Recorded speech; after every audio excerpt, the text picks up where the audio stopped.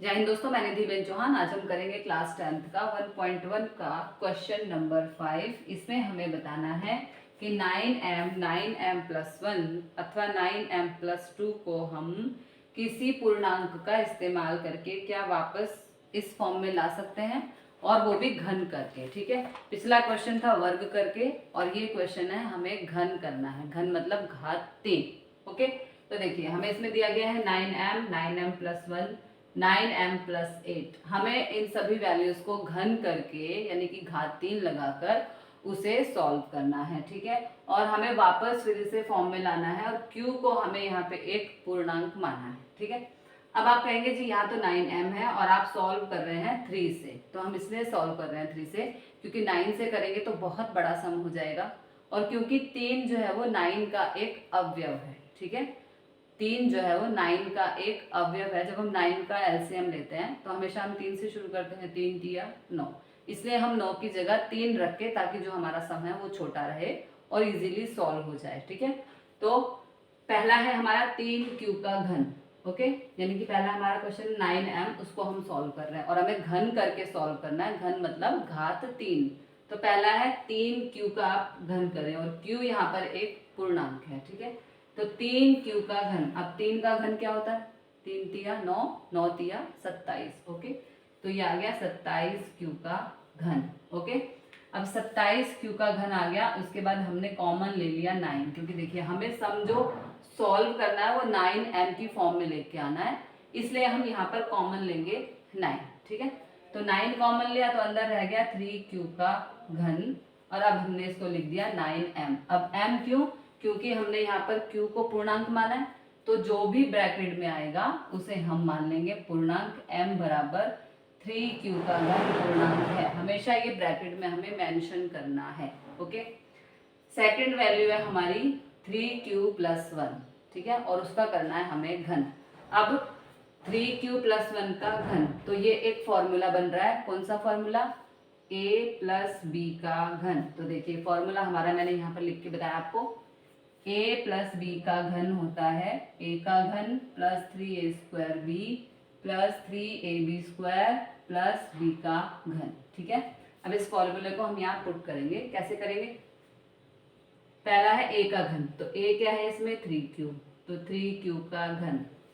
Second step है 3a square b, तो 3a square मतलब 3q, तो 3q का वर्ग, और b है इसमें 1, तो ये हो गया 3a स्क्वायर b, यानी कि 3 ब्रैकेट में 3q का वर्ग और ब्रैकेट में 1। उसके बाद है 3ab square. Okay, 3ab square, तो 3a क्या है?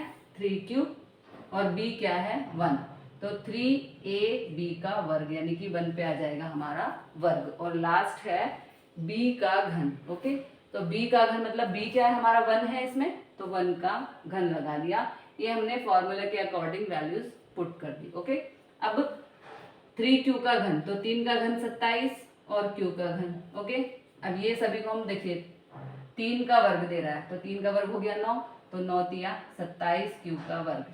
यहाँ पर 1 का वर्ग 1 ही होता है, तो 3 तिया 9q, और 1 का घन 1 ही होता है। ठीक है, उसके बाद हम क्या करेंगे?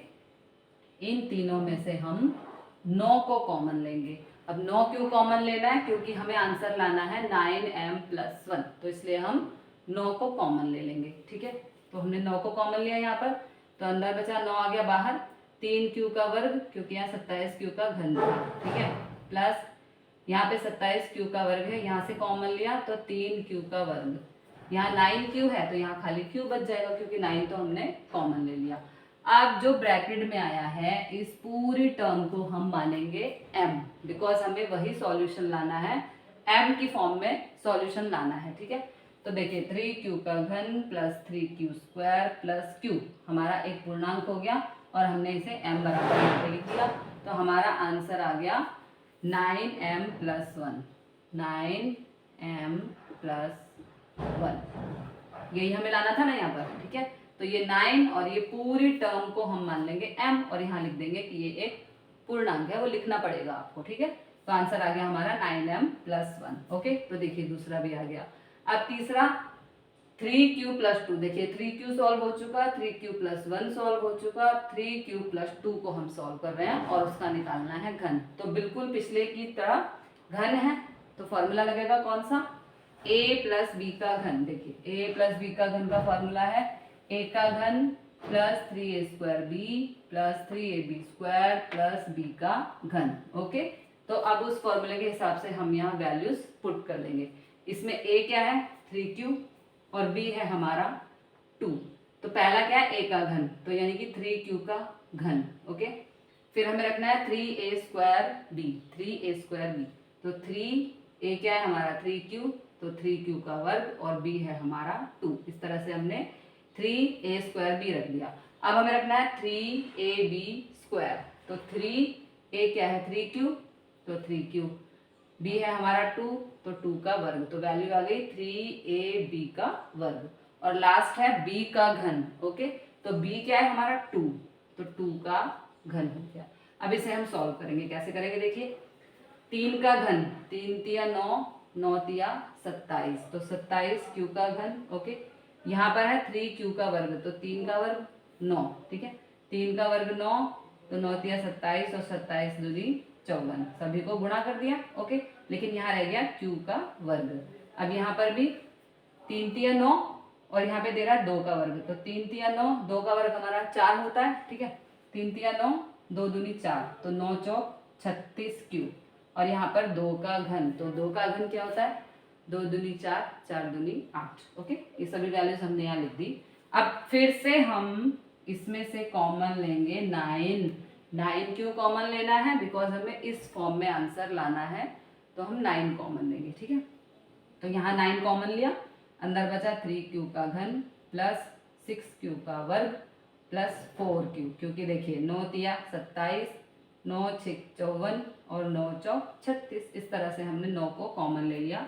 अब ये पूरी टर्म को हम मानेंगे m, 3q का घन प्लस 6q का वर्ग प्लस 4q एक पूर्णांक है। ठीक है, तो उसको हम m बराबर लिख देंगे और हमारा आंसर आ जाएगा 9m प्लस 8। देखिए यही आंसर हमें लाना था ना, है, तो यही आंसर हमारा आ चुका है।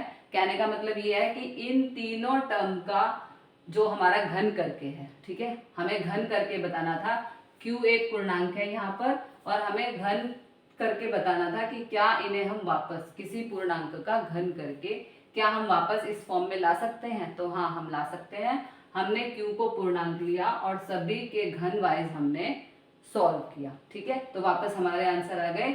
क्या क्या आंसर आ गए देखिए, 9m पहले का, 9m दूसरे का, 9m प्लस 1 और तीसरे का 9m प्लस 8। बहुत इजी सम है। जो इससे पिछला सम था उसमें हमने वर्ग के थ्रू सॉल्व किया था और इसमें हमने घन के थ्रू सॉल्व किया। आपको सिंपली फॉर्मूला जरूर याद कर लेना है, बिकॉज फॉर्मूला नहीं आएगा तो आप सम सॉल्व नहीं कर सकते।